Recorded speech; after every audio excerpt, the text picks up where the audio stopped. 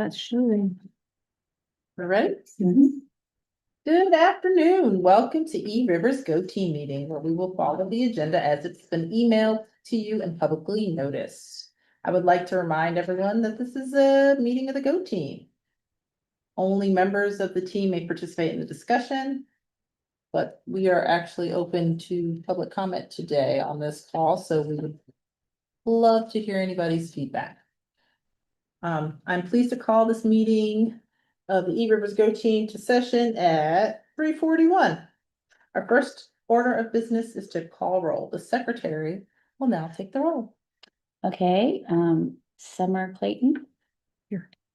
Paige Dees. She here, No. absent, okay. Erica Latello. Present, thank you.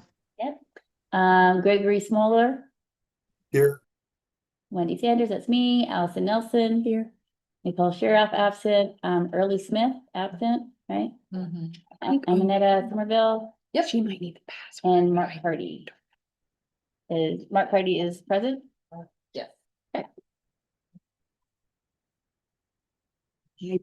I'm saying she was gonna attend virtually, but I don't have her number to, I sent it. you sent it, email, oh, but I don't okay, know if you okay, got it. perfect. Got it. All right, that's okay. Thank you. So we have a quorum. Yep. Um, Test 1, 2, 3, test. We hear you. we can hear you, Mark. Deal. Our first order of business is to approve the agenda. This is provided and copies are available online. Are there any changes to the agenda? Nope. If not, may we have a motion to approve the agenda? I motion to approve. And second? A second. Okay, all in favor of approving the agenda, say aye. Aye. Aye. Any opposed? Any abstentions? Okay. And we are gonna approve the previous meeting minutes. The minutes have been provided online. Are there any corrections? So No corrections. Any additions? There's no corrections or additions. May I have a motion to approve the previous meeting minutes and a second? I motion to approve. I second. okay. All in favor? Aye. Aye. Aye. All opposed? Any abstaining? And so our next agenda item is to ratify the organizational meeting actions. And so on September 2nd, our GO team took the following actions. We approved the meeting agenda, approval of the previous minutes. We filled the open community member seat with Early Smith. We filled the open swing seat with Mark Hardy. We elected GO team officers, myself, Amanetta Somerville as chair, vice chair was Nicole Sheriff, and secretary was Wendy Sanders. Is there cluster representative? No, that's incorrect. So it's- Cluster representative. It's, vice chair is Erica. Right. Oh, I'm Oh, sorry, okay. there was a typo on the paper. Sorry. Erica Maitella, And then, Nicole's the the secretary. secretary. Okay, and Wendy Sanders is our cluster representative. Mhm. Okay, sorry about that. There was just a little gap. We approved public comment format, so that would be available on 11/3, 12/1, February 2nd, and March 2nd of 2026. And we approved our GO team meeting calendar for October 8th, November 3rd, December 1st. It's January 12th, but we ended up moving that to January 26th due to the holiday. February 2nd, March 2nd, and April 13th.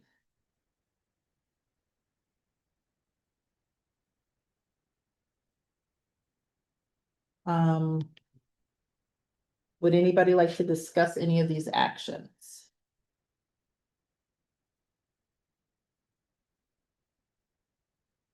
Okay. May I have a motion to ratify the GO team's actions at the meeting held on September 2nd, 2025? I motion to ratify. Do I have a second?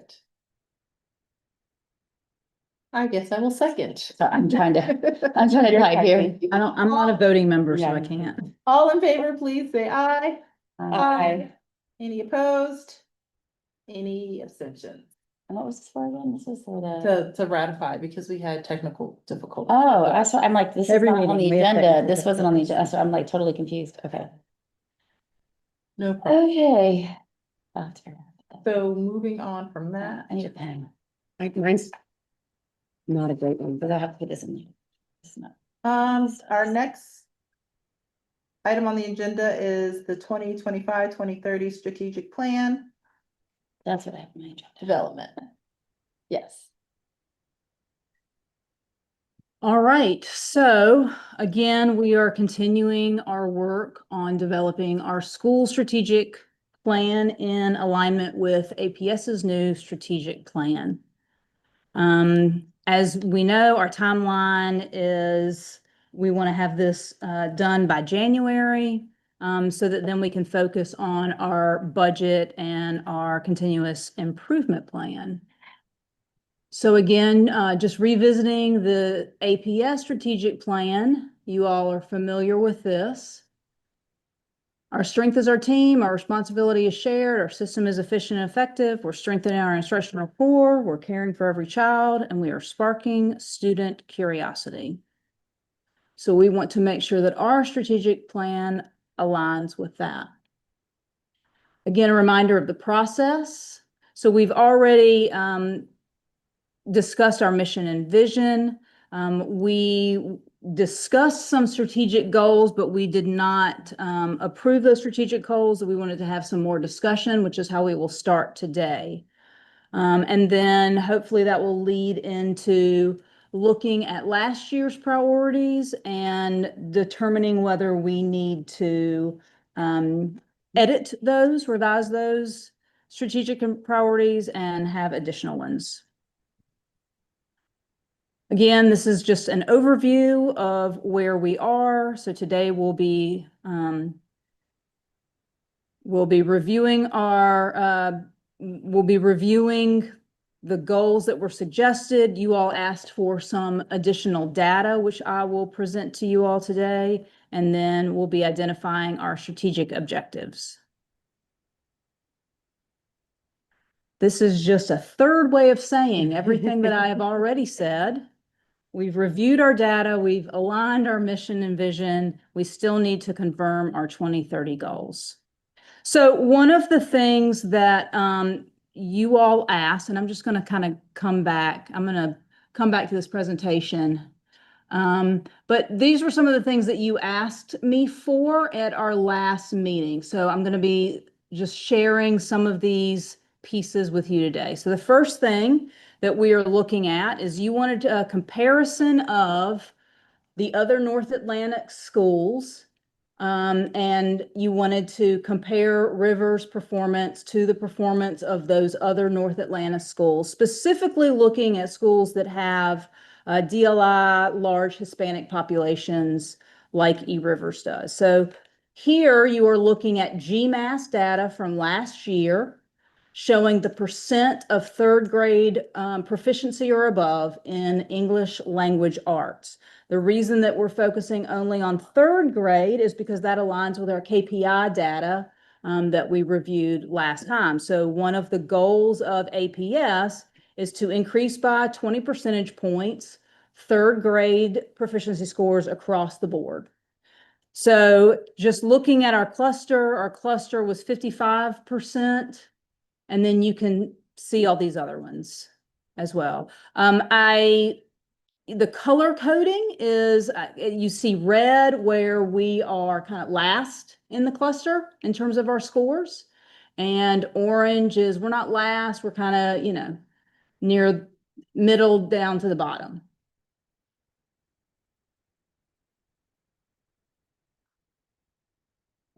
So in particular, I wanted to draw your attention to how ELA is broken up when we're talking about those GMAS scores. Because I think a lot of people hear ELA and they immediately go to reading. And so when they see a score like 48 98.1% of third graders, that I think people walk away thinking, well, our kids can't read. But if you break it out between reading and writing, you'll notice that actually 72% of our kids are proficient in reading, and that it's really the writing scores that are bringing our overall ELA percentages down. And that trend follows in all of the North Atlanta schools. It is a trend across APS.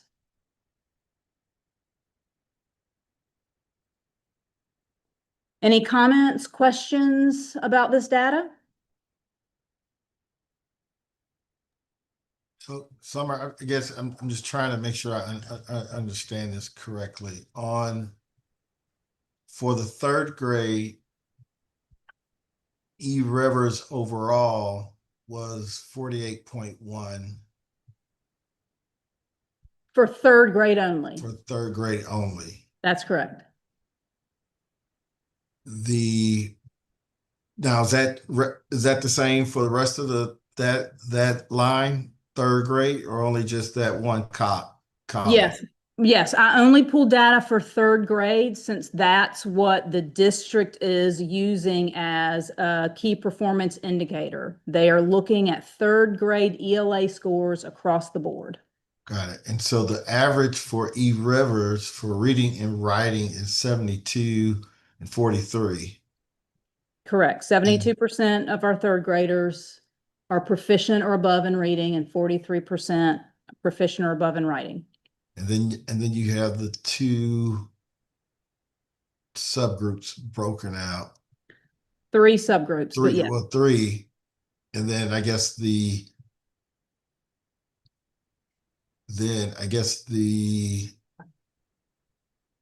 white would make up the difference on that, or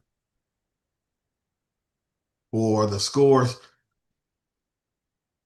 Well, I'm not sure I understand your question. What do you mean the white? So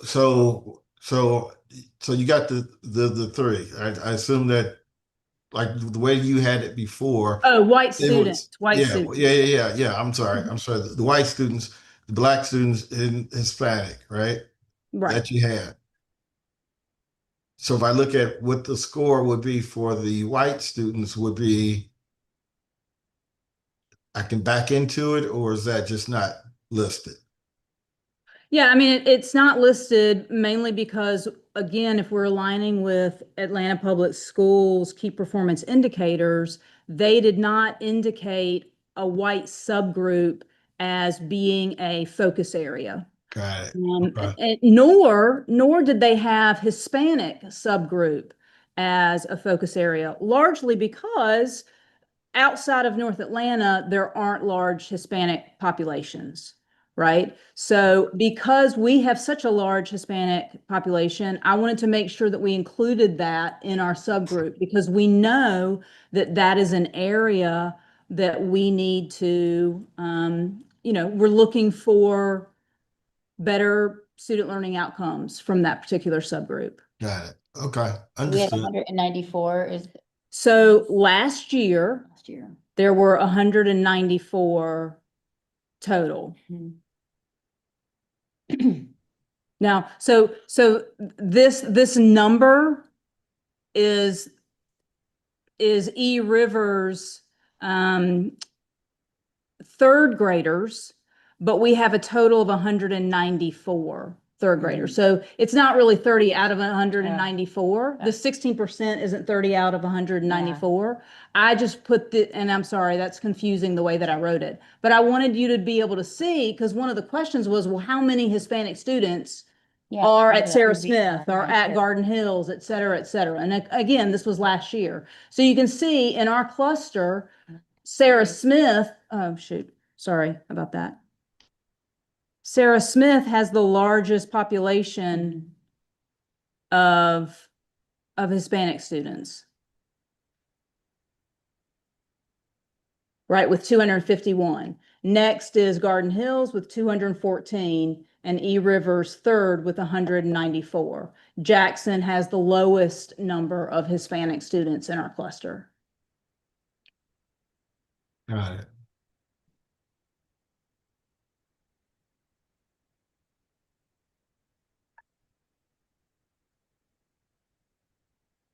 Any other questions? Did that answer your question, Mark?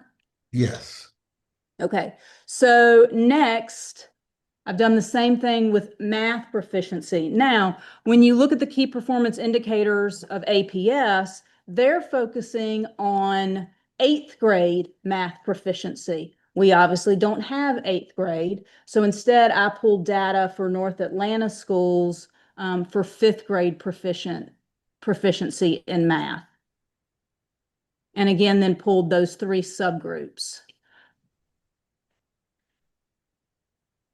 I could not find North Atlanta data. I could find district data, but I couldn't find North Atlanta data on 5th grade specific math. So here, the 4 out of 28 is accurate, right? So 28 Hispanic students in our 3rd grade, in our 5th grade rather, last year, only 4 of which were proficient or higher in math.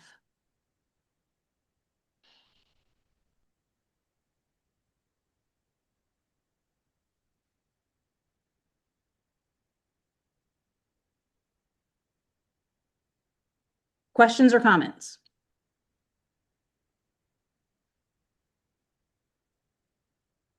All right, so I'm going to move to the next slide. The next piece of data that you asked for was looking specifically at our DLI scores over time. So the blue here are our DLI students. The reason that that doesn't start until 2022 is that that was the first year that 3rd graders were tested. The DLI program started, and that was the first time that DLI students would have been tested on GMAS. Does that make sense? So that's why that starts there. So you can see here for all grades, so that's 3rd, 4th, and 5th combined, 60.6% proficient in DLI versus 41.5% proficient in 2022. Then we go up to 63.7, 59.3, 58.9, et cetera, for non-DLI. So, I find it interesting that our DLI students are scoring better than our traditional students. And I say that because we talk a lot about how those DLI students are only receiving half of their subjects being taught in English, yet all the tests are in English. So there has been a hypothesis thrown out that our students are scoring poorly overall on GMAS because our DLI students are being given the math test in English, yet they're learning math in Spanish. So then I've broken it out by grade level. So again, because that again was something I believe Mark wanted to see. So here you can see how 3rd grade looks, DLI versus traditional, 4th grade, and 5th grade. Starting from 2022, going to 2025.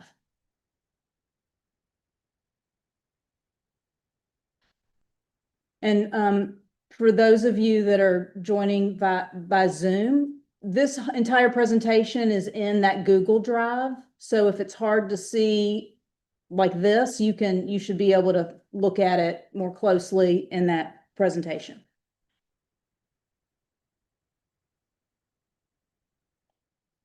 Questions, I have a comments? question. I'm not sure if you all can hear me. Yeah, we can hear you. Okay. I was just looking at 4th and 5th, how it sort of takes a little bit of a nosedive in the later years. Is that, eh, I guess I'm just curious what's happening there because it's obviously a different cohort of students, correct? It doesn't That's follow the same cohort. Okay. That's exactly right. Yep. And that's important. That's important when we look at data like this. And in a following slide, you'll see where I am tracking a specific cohort over time. So you can see exactly what that looks like as well. Okay, got it. Is there any hypothesis on like a lot of it looks sort of flat? There's, some little peaks and valleys, but that fourth and fifth DLI trend, I think maybe just stands out a little bit to me. Yeah, and I think that's a great observation.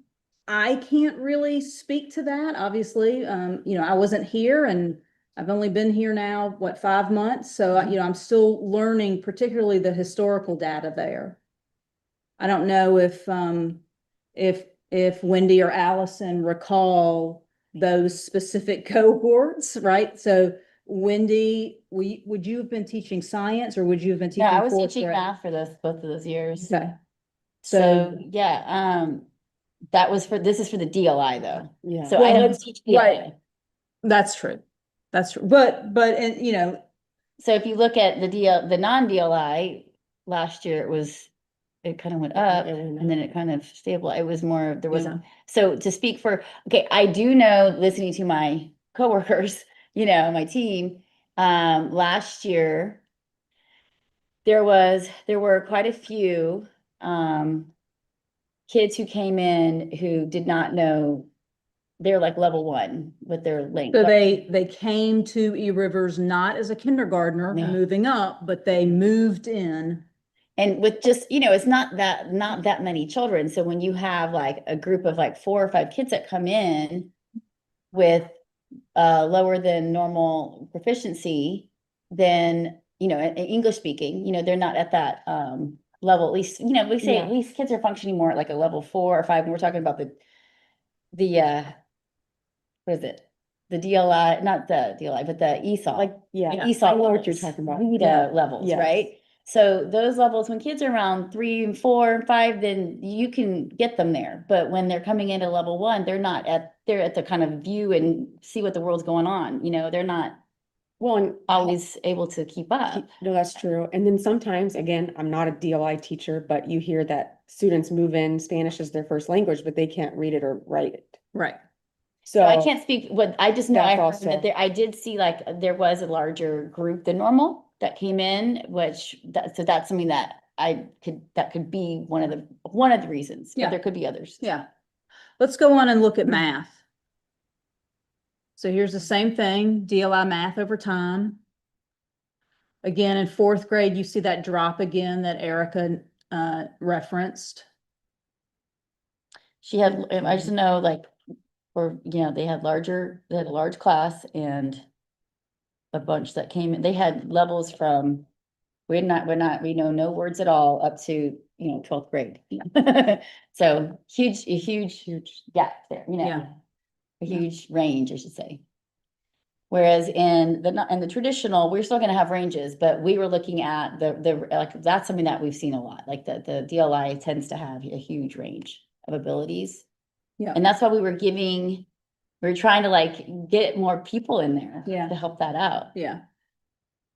Because So- that's a huge task. Any questions? We've got a good bit of data and I don't want to keep, and we've got a lot of work to do. So if there aren't any questions, I'm going to move to the next slide. I think we're going to get into following one cohort. So if we're looking at third grade in 2022, they would have been fourth graders in 2023, and they would have been fifth graders in 2024. So you can see how that cohort has changed. So, and what we're seeing is growth, right? So this cohort went from 56.1 to 68 and then to 69.9. If we look at our traditional cohort, they went from 39.4 to 45.4 to 56. So that traditional group had really nice steady growth over that 3-year period.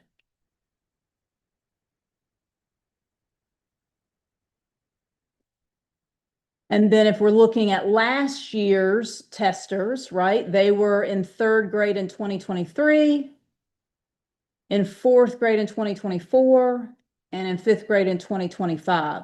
So, this one, and again, that kind of goes back, Erica, this is exactly what you're talking about. So as third graders, they were at 55.1, and then they dropped to 52.5, and then went back up, but just barely exceeded their proficiency scores from in third grade. And so I think that's the group that Wendy is suggesting. There were a good number of English as a second language learners that moved in that school year. For traditional rather, 46.6 to 50.1 to 54.3. So again, some steady growth there, about 4 percentage points, which is nice. Questions? Comments? It's nice to look at it this way and it doesn't seem so, I don't know, it's nice to look at the growth that actually did happen versus just watch the graphs go up and down. Absolutely. And I do think that it's important that we do look at those cohorts and follow specific cohorts, because it just gives a more accurate picture. But often that is not how the data is presented to us. The data is presented to us as third grade over time, fourth grade over time, fifth grade over time. All right, so based on that, oh, actually, there's one other thing that I wanted to show you all, and I am going to get out of this presentation. So one of the other things that you asked for was kind of grade level comment. So I mentioned to you at our last meeting how during a staff meeting, or maybe it was one of our professional learning days, we had each grade level look at their testing data. And look at a lot of data, in fact. And then they each had to come up, they had to describe what they were seeing. They had to clarify, they had clarifying questions that they asked. Then they interpreted that data and talked about implications. And so you see every grade level had that opportunity. So then the summary is what we have here. So again, English language learners, Hispanic students, and Black students consistently showing lower scores and or slower growth across multiple grade levels. White students, Mark, you asked about white students. White students often have the highest scores, but interestingly, they have the lowest growth. So that's something that the teachers were concerned about. Rivers is generally below the district average in many areas, with the exception of the Black subgroup in some instances. They noticed discrepancies and correlations between MAP and GMAS scores, with some grades performing better on one assessment than the other. In terms of talking about instructional impact, the teachers noted that, perhaps because they're not utilizing small groups enough in math, that might be negatively affecting the score. So looking to increase that small group work and individualize their teaching and their reach to students. They did discuss, we've had some curriculum changes. There was a new math standards rolled out. Was that last year or 2 years ago? 2 years. 2 years ago. And then we had, I'm not sure about what changes have taken place here with regards to ELA, but that was something that was on teachers' minds. And wanting to have consistent hands-on curriculum, consistency being the key there, is something that they feel like they needed. And then you can see some specific grade level observations. Kindergarten having the highest percentage of students meeting exceeding MAP, but many subgroups decreased from fall to spring. Second grade, fourth grade Black students showed growth. Fifth grade had great science growth. ESOL struggled with math. So these are specific things that second grade noticed. Same with third grade, fourth, fifth. I'll let you read that. One thing that was identified by all groups is a lack of instructional time. There's a concern about not having enough instructional time and the need for more intensive support for our struggling students. So I hope that I was able to answer whatever questions you had at our last meeting. Are there any additional comments or questions about Was it 2 this years data? ago that you weren't? I wasn't. We used to have, in the mornings, we'd have like a time where everyone would go to get, Like when? yeah. Like a when whatever I well, need, yeah. They dropped that 30 minutes. Right. Last year was the Was it first. last or the year before? Last year was the first Yeah. year, because Yeah. We used to get out at 2:45. Yeah. Is there, are everybody familiar with the win block? Do I need to explain that? Thumbs up if you understand what I'm talking about. Okay, good. Okay. Okay, so we've got some wishy-washy, so that's fine. So, you know, we have instructional segments. You've got, you know, of course, math, ELA, science, social studies, et cetera, et cetera. They built in a 30-minute block that they called Whatever I Need. And so that was time within the daily schedule for students to work in small groups. If they needed remediation, teachers could give the remediation. If they needed some enrichment, teachers were able to give enrichment. Oftentimes, you'll specify special education services are happening within that block. I know at my last school, for instance, like speech was always scheduled, speech therapy was always scheduled during WIN. Every year, APS and most school systems put out standards of service, meaning that they kind of tell us how they want us to divvy up our school day, divvy up our 7.5 hours. And they require a certain number of instructional minutes per subject. They did not allot any time for that WIN block. So that is something that has gone away and has been expressed by teachers as a concern. But that's not just what they were talking about in this instructional time. So it's not just that WIN piece, but just having enough minutes in the day. You know, Just we, also, that could explain some of the drop off, some of the, because that's happened in the past. Oh, right. that's a good point. Sure. Yeah. But you had WIN last year. No. Mm-mm. not Oh, you this didn't year. have WIN last year. When Okay. they took off And- those 30 minutes, Right. that's when So it. that was last year, we didn't have it at Right. all, and then usually we haven't had, this year we haven't had it at all. Right. But then 2024, you did have it. And that's when we saw that big drop That's with fourth true. graders. That was- Yeah. that- Yeah. okay. Yeah. But the other concern about instructional time is, and this may be controversial, but eRivers does an incredible job of having lots of extracurricular activities for students. Lots of assemblies, lots of parades, lots of presentations, all of those things, which are wonderful enrichments. But it does take away from instructional time. And so as a GO team, I think that's just something that we have to keep in mind, and we have to figure out what the right balance is of that. All right. So based on that data, here are the 3 goals that I'm recommending. So, and again, we have to, you know, our strategic plan is we're looking 5 years out. And so everything is written so that it hits 2030. So by 2030, the percentage of proficient and above 3rd grade learners as assessed by GMAS will increase from 48.1%, that's where they were last year, to 69.1%. Again, in alignment with the district, we needed to, when we looked at our key performance indicators, that was identified as a target for us, and increasing that 20 points. Looking at our subgroups, again, as our key performance indicators, Black proficiency increasing by 26.3 percentage points, economically disadvantaged increasing by 26.2 percentage points, and Hispanic from, I didn't put the percentage points for the Hispanic population, I apologize, but going from 18.1% to 34.9%. And then similar targets for math in that second proposed goal. And then for our third goal, if we want to look at, you know, if we're really trying to look at those other pieces beyond just the instructional piece, looking at our school climate rating and going from 3 stars to at least a 4, if not 5 stars.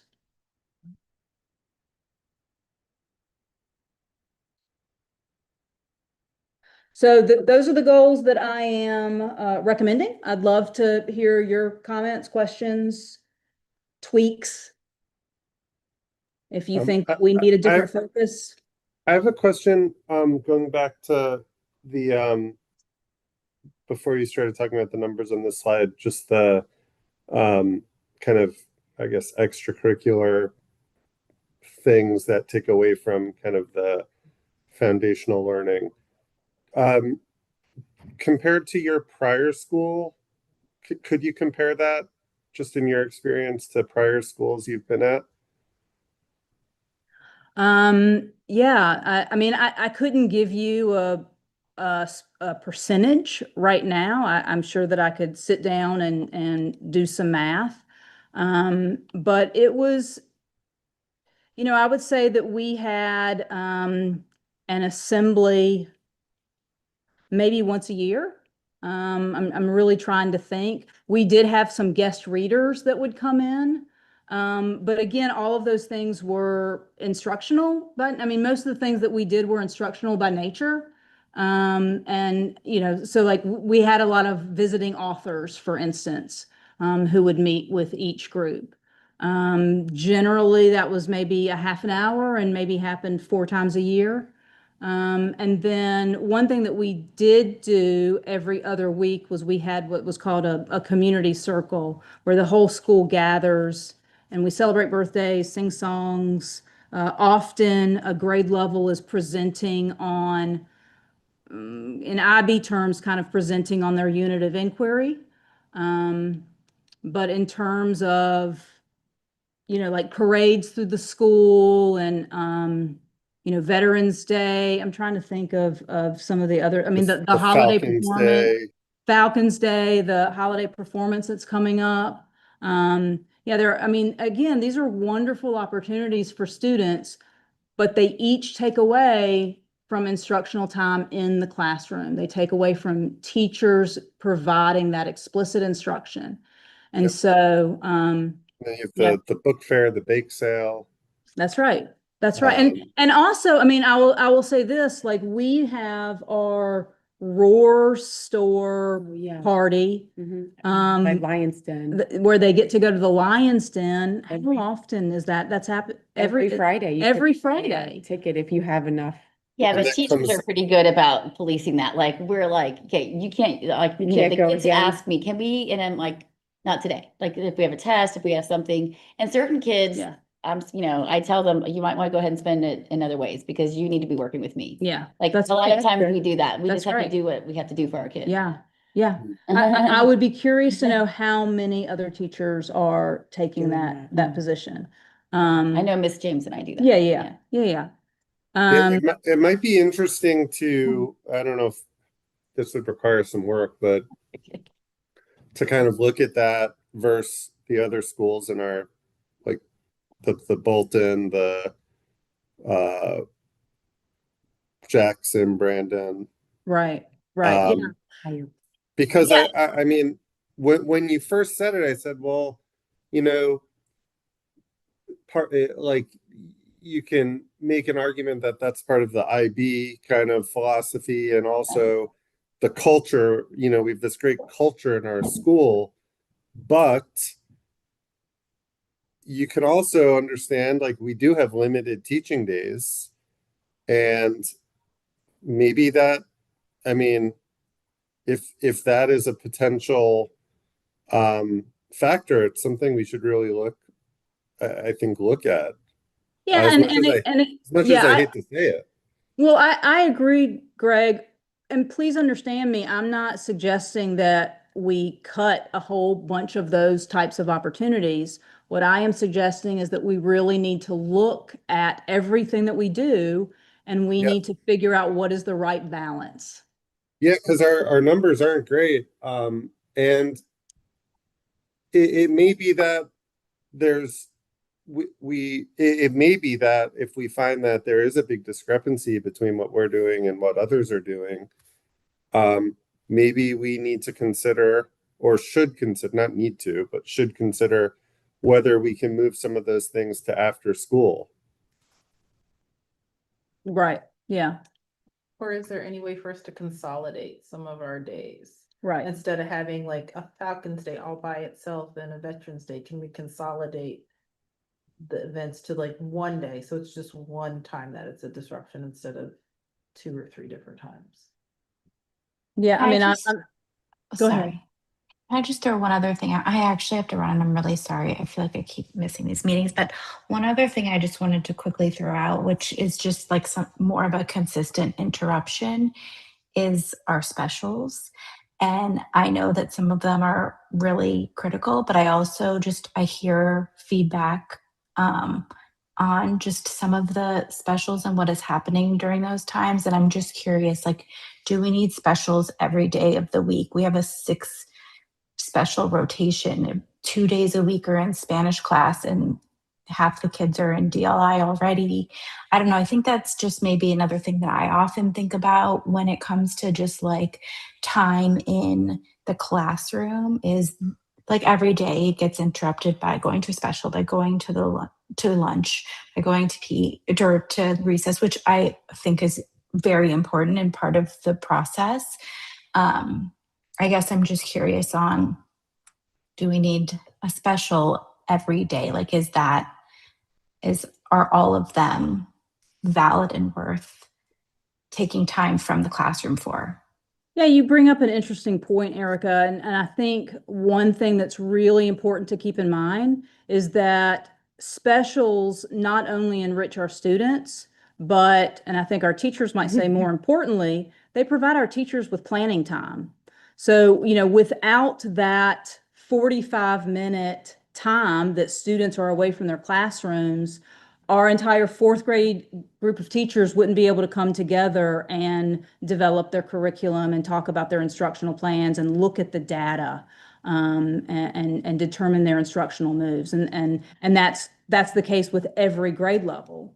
But it's interesting to think about the possibility of what if some of these special occasions maybe happen during specials time, right? Like I think that logistically could be very, very difficult, but it also could be something that we might want to look at and see if it's feasible. I don't want to, Right. I don't So want to take rather than away take from, away, rather than take away time from the classroom, take it first from specials time. And right. also, is the specials curriculum complementing in the right ways the coursework?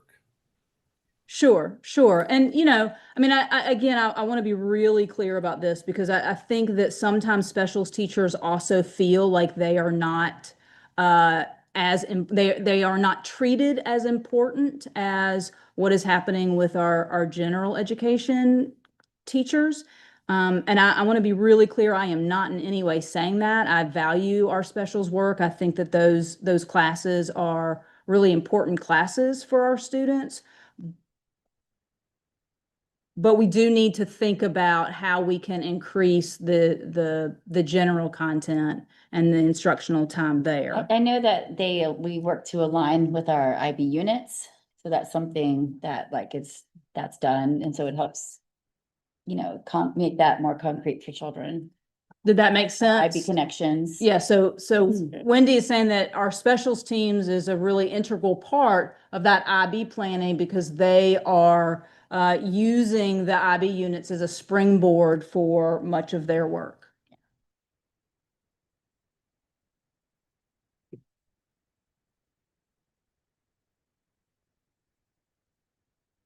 So I think we have to determine whether or not we are going to adopt these proposed goals for our strategic plan, or if we want to go in a different direction or make some tweaks.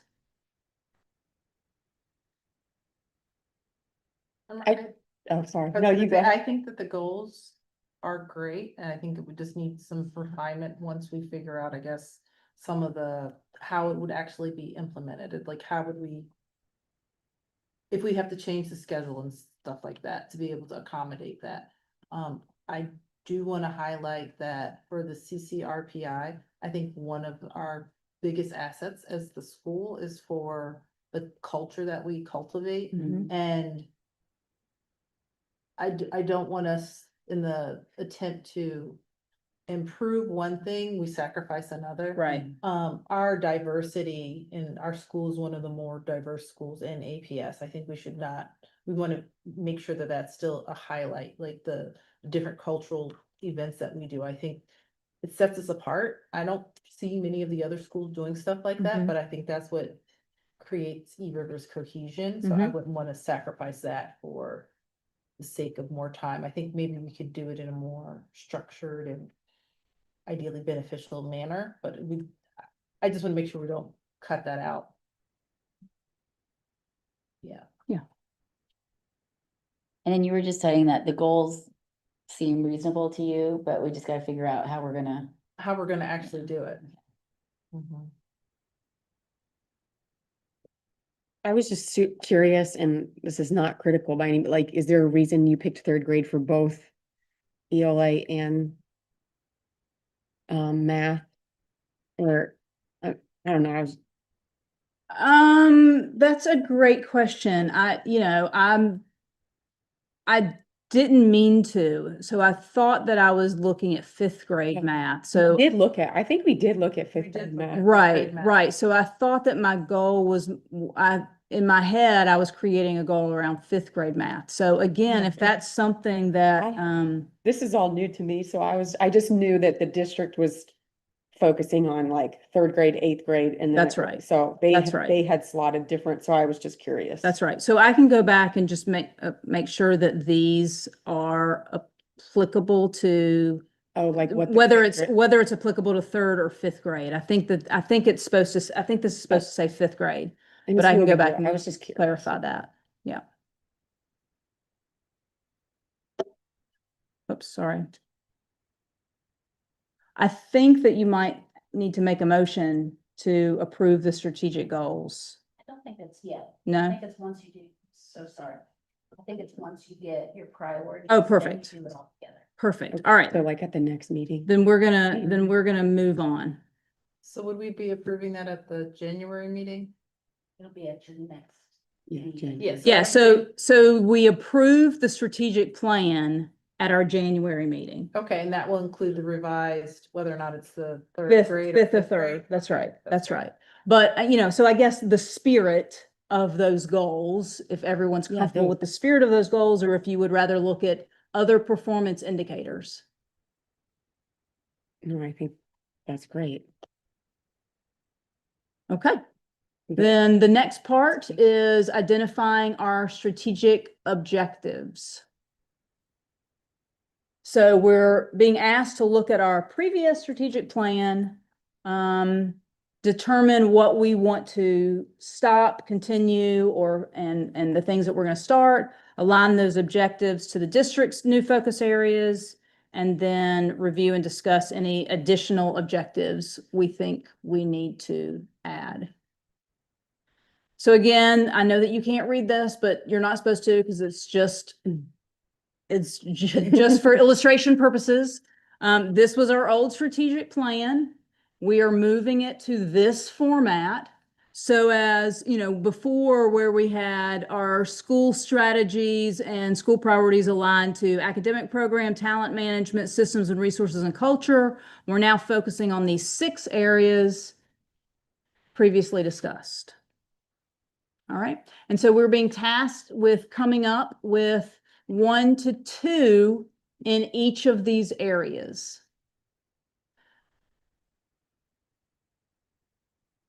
So again, here are the priorities that were discussed in the 2025 plan.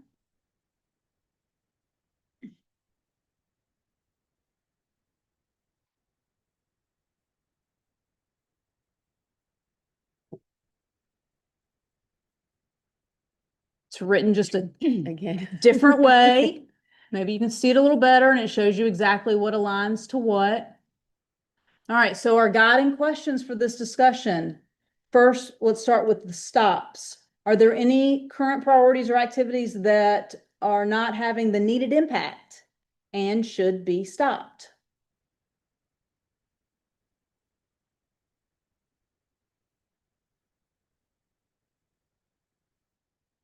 I don't see any activities that should be stopped. I don't either. I think they're all. Let's stop rigor. Let's stop rigor for all students. No, I'm just kidding. Yeah, I don't, No, it's there's everything in there. It's very important. right, exactly. All right. So what I hear is that we've got 9 that we feel are important and we want to continue. We just need to figure out where we need to place them. And so I think, are we all in agreement that all 9 of these we want to continue? Mhm. Have these things been working? Like, Right, I mean, we as a GO team, we determine the priorities. The school determines the strategy, right? And right now we're not talking about strategy. We're only talking about the priorities. So I guess the question is does the GO team feel like we need to continue with all of these priorities? I think so, especially given the scores and everything that we just reviewed today and over the past couple months. I don't see how we could remove building teacher capacity and literacy and math when we are, that's our there's room goal. for significant growth in our literacy and math scores. And I don't see how condensing our teacher collaboration opportunities. I don't see how that would be constructive to our overarching goal of improving those scores. And then if we're trying to do our CCRPI, whatever it is called. Yeah. We can't impact that because we need that to foster the positive and inclusive school to help us go from 3 stars to 4 stars. I think these are all essential to our overall goal. And I would even argue that we couldn't even remove the extend biliteracy through implementation of DLI, especially because we are one of the schools in the cluster that has the largest Hispanic population. Yeah. I think it would be essential to improving their scores overall. I know it's not one of the key indicators, but it is an area where we have significant room for growth. So I don't see how we could remove that.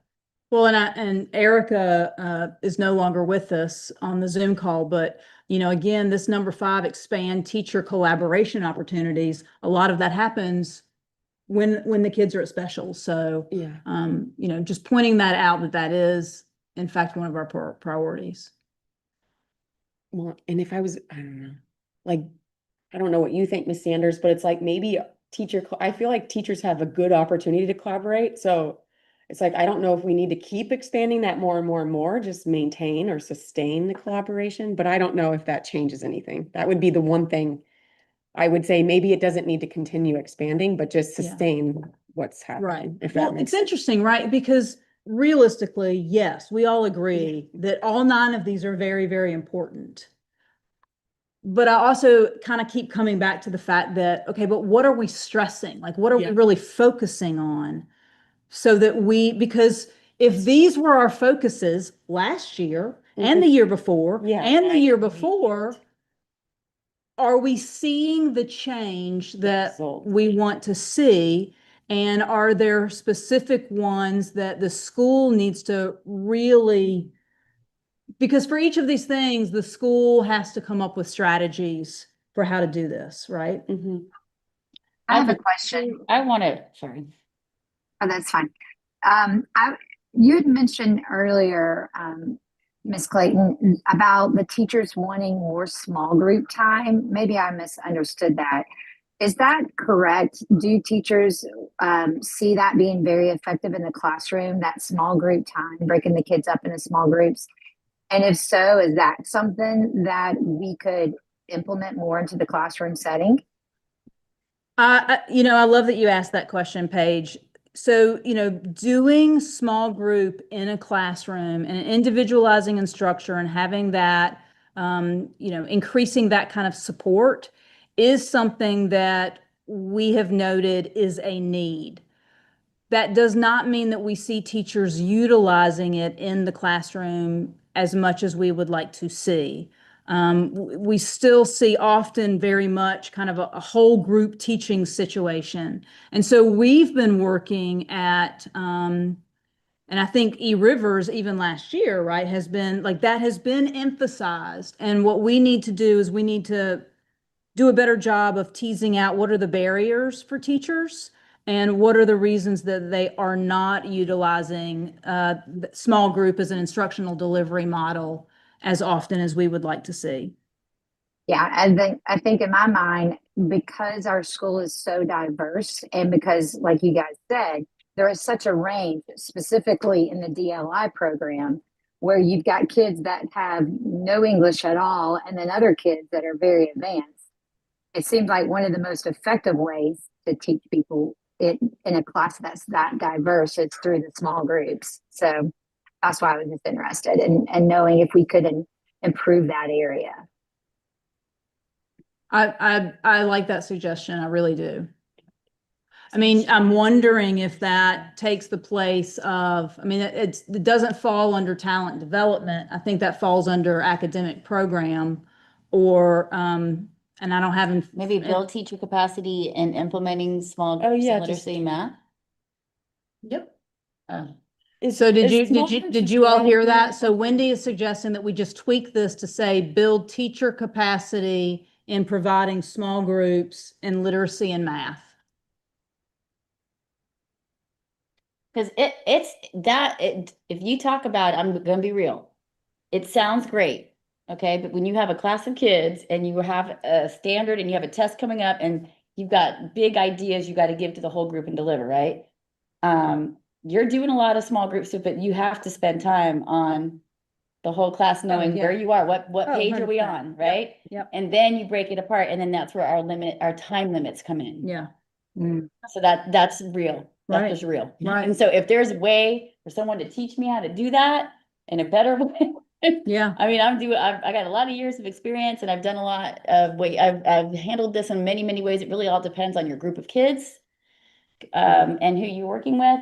But is there something out there that I don't know? I would love to learn it. So you're saying that that the small groups are effective. It's just hard to, you know, strategically make that Consistently, happen. I can tell you the word is consistently.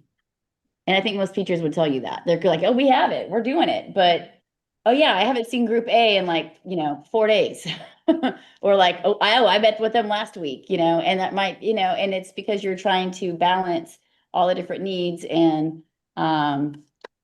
get to, that's just it's a time thing. If I had more time, I'll get to every group and we'll all get the instruction we need.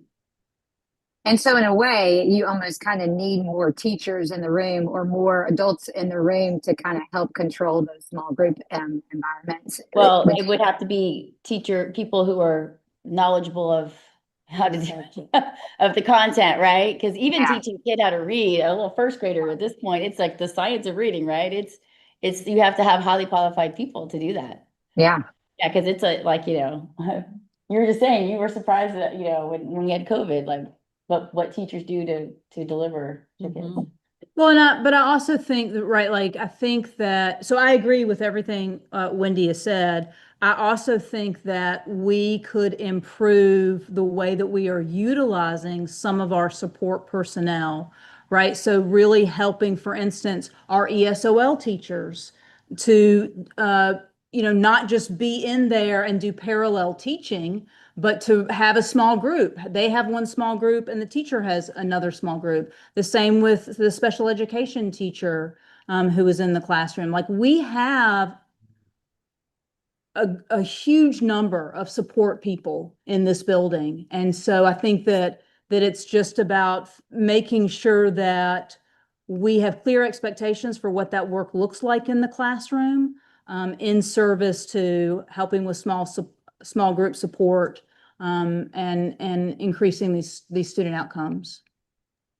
I love that idea. I mean, I will say, me as a student going in public schools, I was always nervous to ask questions in a large group setting.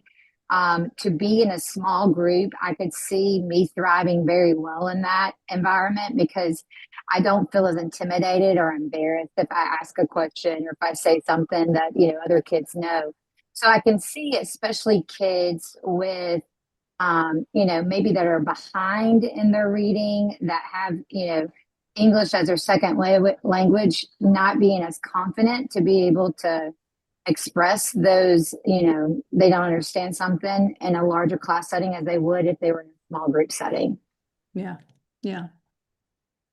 I guess I can see the logic in it, but I candidly would want to really get the feedback from I guess the collaboration of teachers to say what their opinion is, because I think they would be probably better suited to affirm this as a proper strategic objective than what at least I feel that I could. Well, I feel like they've already done that. I mean, you know, if we go back to those notes that I showed you where the teachers were looking at the data and coming up with things that they felt would have a huge impact, small group, you know, increasing the amount of small group was something that, you know, just about every grade level wrote down in terms of their notes. So, you know, I would feel comfortable moving forward in that and identifying that as a priority for the Go team. And I like the way that that Wendy integrated it into that number 4, building teacher capacity. What did I say again? 'Cause I'm taking notes. Build What? teacher capacity in delivering small group. No, in No. developing? No, what did I say, y'all? Yeah, that was good. In developing literacy and math small groups. Wording, that was excellent. There we Okay. go. We will have a recording, and so we can go back and listen to it and add that in the minutes. Developing. No stress. Yeah. I think it was No stress. I am a little curious now that I'm just kind of looking at this and this building systems and resources. I know that you all weren't necessarily on the Go team in previous years, but I am kind of curious about what led to that and what building systems and I resources. think there's a certain amount of involvement we have to do every year with maintaining our IB certification. I know last year we got it. It was renewed like the for last, next right, it's 5 like the big years. year, so it's probably Yeah. top of mind. It's one of those things that you can't let it slide because then it's too big of an ask for that 5th year. So I think it was the whole intention of E-Rivers is an IB school. We want to make sure that we remain an IB school. So we have to do certain things annually to make Yeah. sure that we are able to maintain that IB status. Gotcha. Just the phrasing, build systems and resources to support cluster plan to include IB implementation. I was just, Well, and now that we're moving away from like, aren't we moving potentially away from like the North Atlanta cluster? Is that kind of what? What? no. Or- We are still part of the North Atlanta cluster. What Oh, has to- changed is who each school Oh, kind of okay, sorry. I reports did not- to in terms of an associate superintendent. Got it. So they're aligning elementary schools Yeah. under Audrey Sofianos, and they're Got it. aligning middle and high schools, but we're still Okay, part of the North Atlanta cluster. I didn't mean. They're not drawing lines, Yeah. redrawing Okay, lines, or sorry. anything I like just that. didn't- Nobody panic. Yeah. Yeah. Okay, but you're right, though, that could probably be, if anything, we could just maybe phrase it differently to like, I don't know. Well, I just, again, if Or it's a do it- priority, it's a priority, but I think we all need to be able to speak to what that priority is. I just wonder what that looked like last year, like, So I know I was on the 'Cause you were on- IB oh, cool. renewal team on that. So it was pretty much, there was a lot of things that we went through and we talked about all the different steps that we're doing and all the important things, and we're highlighting all the different aspects. Like one of the things that was noted by the international team that came and looked at the school was like all of our events that we do, Yeah. especially the cultural events and Mhm. That's what I was gonna say, creating all youth those and- build, all yeah. build it, build that's into it. part of the systems, is Yeah. all the, talking about how we are Yeah. showing that our children are citizens of the world and all of that and all that's incorporated into showing how in the lessons, all the characteristics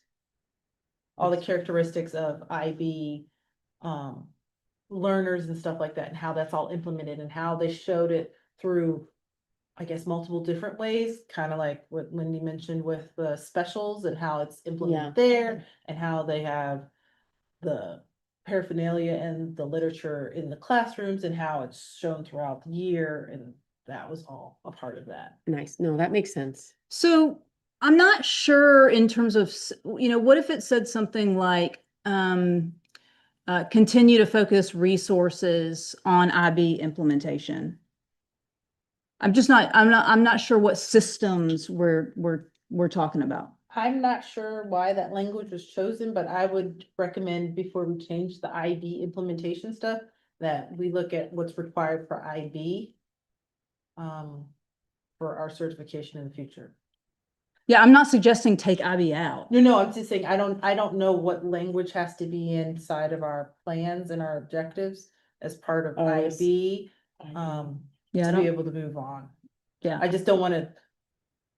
In the spirit of trying to be more concise, we can't mess it up. No. Okay, You really can't. okay, I don't know, I'm always cautious of accidentally deleting something important. Sure. So what I did mean, you when, at the next renewal, like there are always things that they're gonna want us to improve and do better, but they're not gonna strip us of our IB status.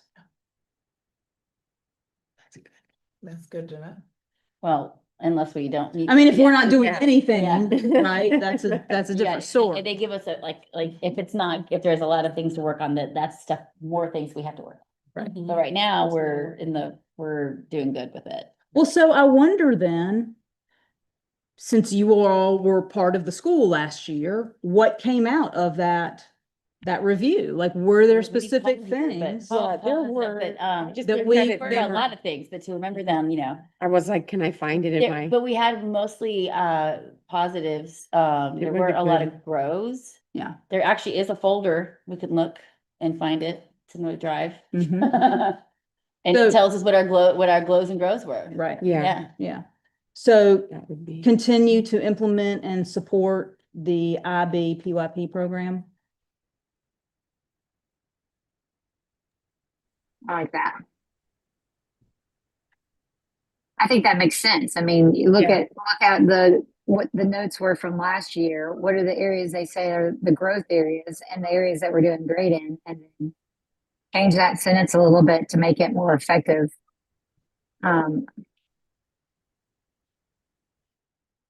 Yeah, Okay. So maybe for the next meeting, we can just briefly highlight what the glows and grows were and ensure that the revised language supports that. sure. I like that.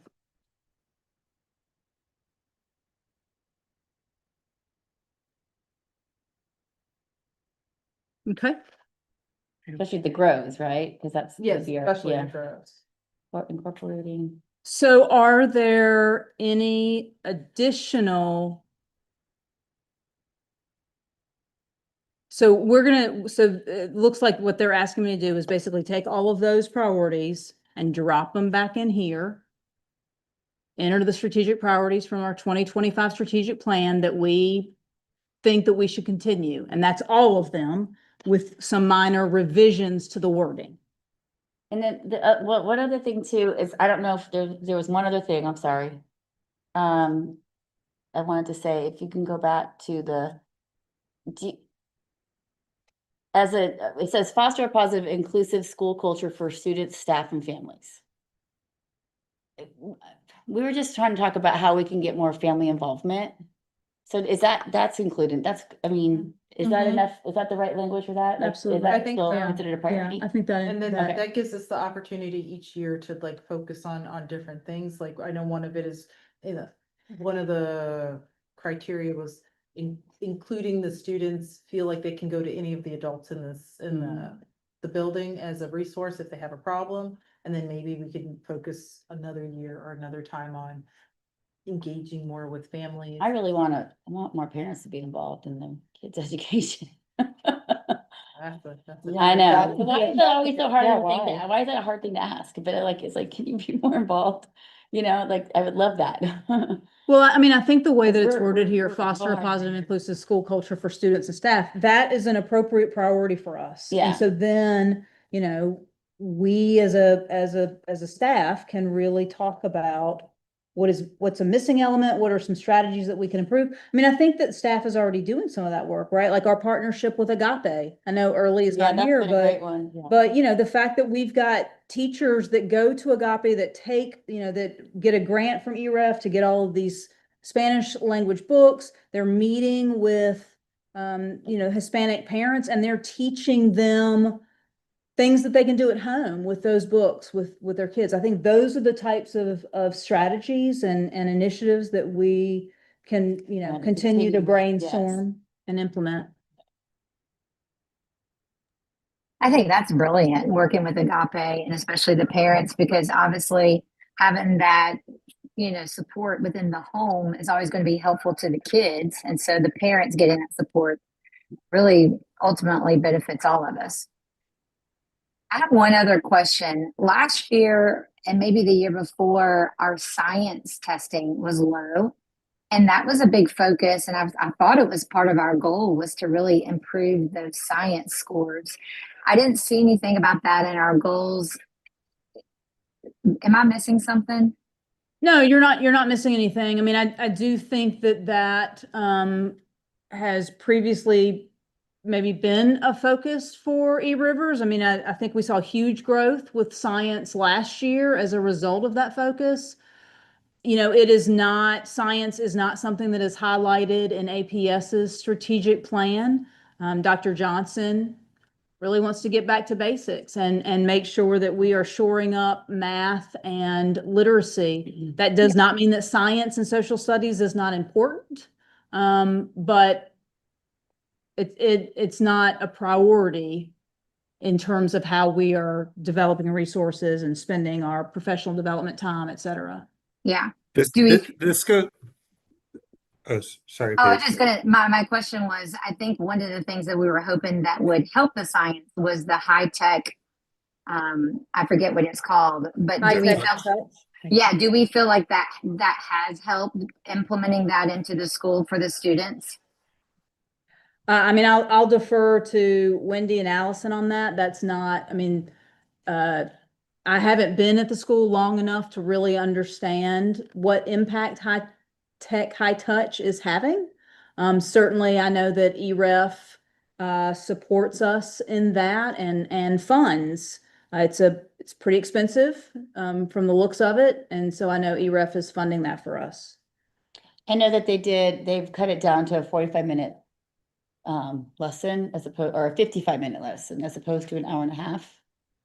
To help out with time out of the classroom. And, I think we had one this year so far, and it was, It's really it was really great though, with the kids got to do hands-on things. It really led us right into our unit. If it's done at the right time, if you have the right amount of kids, but I know that they had to double up one class and it became way too many kids. So I can tell you the DLI block got doubled up and there were too many kids in the room for the amount of material. So that was a bust.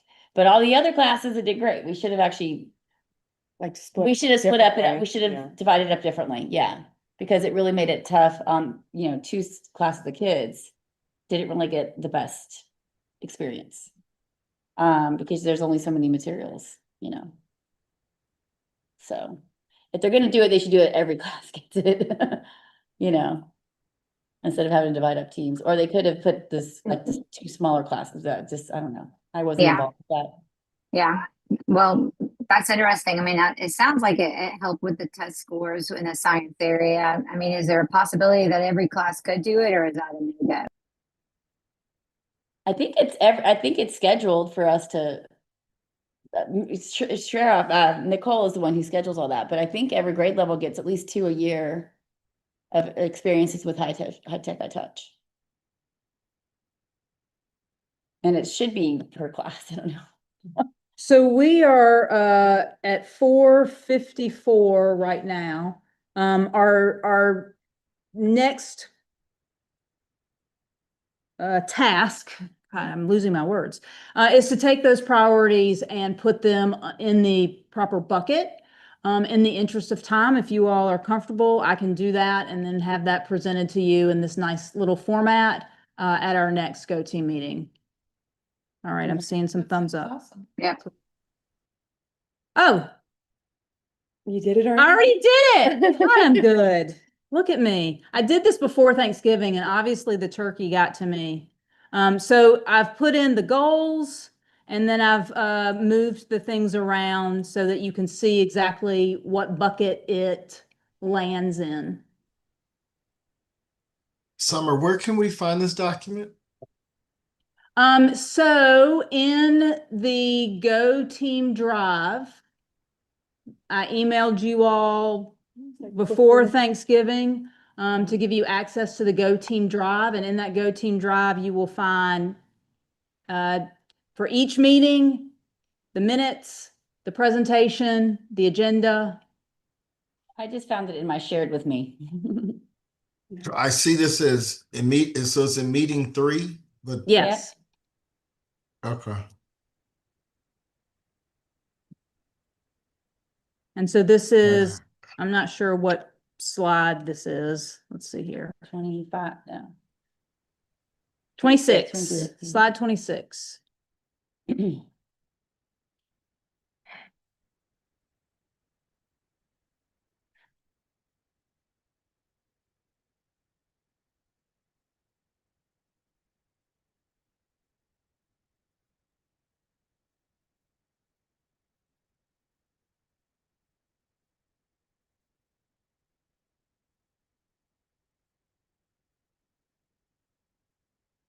So our next slide has us looking at if there are any other strategic priorities that we feel like we need to start. I think we have enough. Yeah, I think Yeah, I mean, honestly, I think 6 focus areas is a lot, then to also have 9 strategic priorities. Because there's only so much time, right? And so really trying to figure out how we are going to use every single staff meeting, professional learning days. Right. All of these priorities, there's a money investment, there's a time investment, and so we just want to make sure we're not, getting, spreading ourselves too thin, really. Now, if there is something that the team feels very, very strongly about in terms of adding, speak up now. Funny to do. I think 9 is plenty. 9 is plenty. All right. So this was the same question, if there's anything we need to start. So this just kind of gives you where we are going. So at our next meeting, we will vote on the 25-20-30 strategic plan. I will send that out as a PDF document so that you don't just have it as a slide, so that you can see that. And then we will begin the discussion of the 26-27 budget. So again, I think it's important to keep in mind that our budget supports our priorities. If there is something that is not a priority, then we really need to look at why we're spending money on it. And I think that it is fair to say that our budget is going to be reduced from where it was last year, which makes prioritizing these things all the more critical. Any questions? I'll turn it back over to the chair, who's probably going to turn it back to me. Actually, we have announcements. Oh, thank God. I think you've covered everything else with Okay. like the principal's report and all that. So I think we've covered all that unless. Well, I had something, but it's not rocket science. It's just the school data profile, just to kind of show you guys where we are right now. But again, we'll look at that in January as well.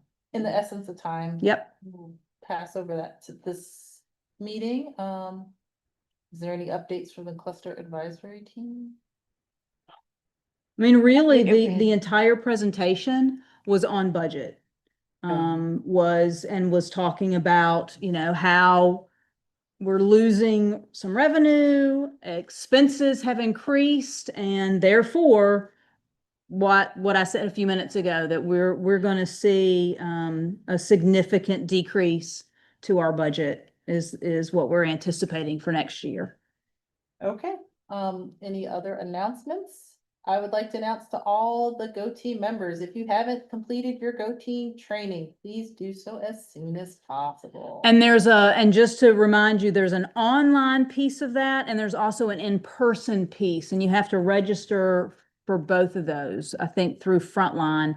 I'm not sure how people not in the school system access those trainings. I myself haven't done the in-person one.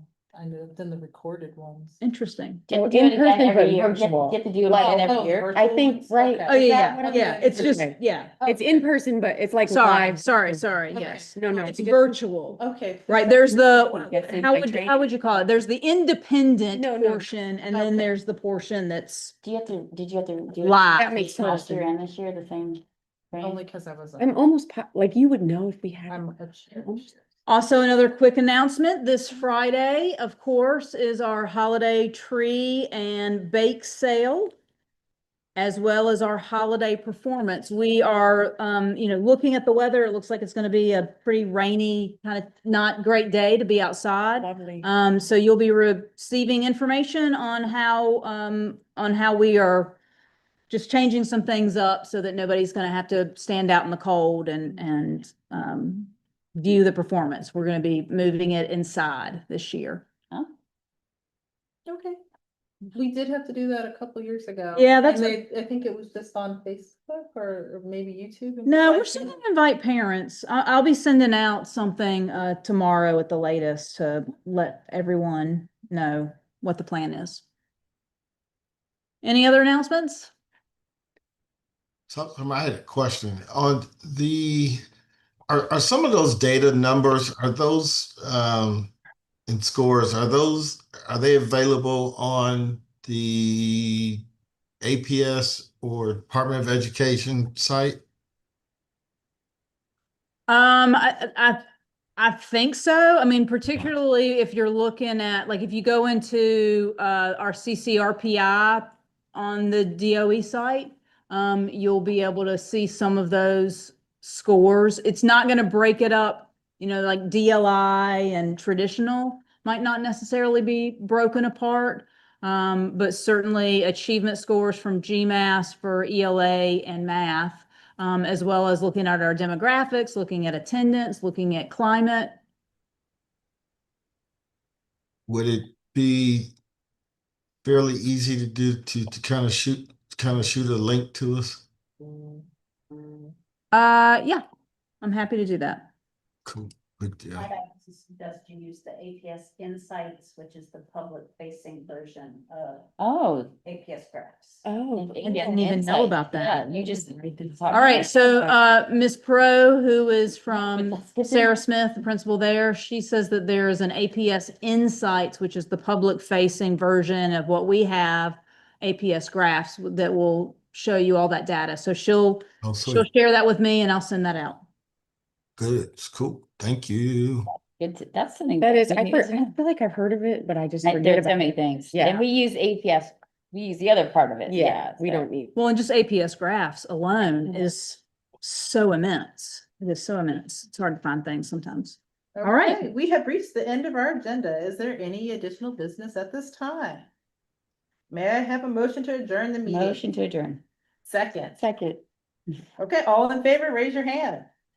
All opposed? Speak now. And any abstentions? Okay. Okay, well, I look forward to, the meeting is adjourned and I look forward to seeing everybody in the new year on Yeah, that's- January 26th. How is that so? Yeah, thank you All so right. much. Thank you all.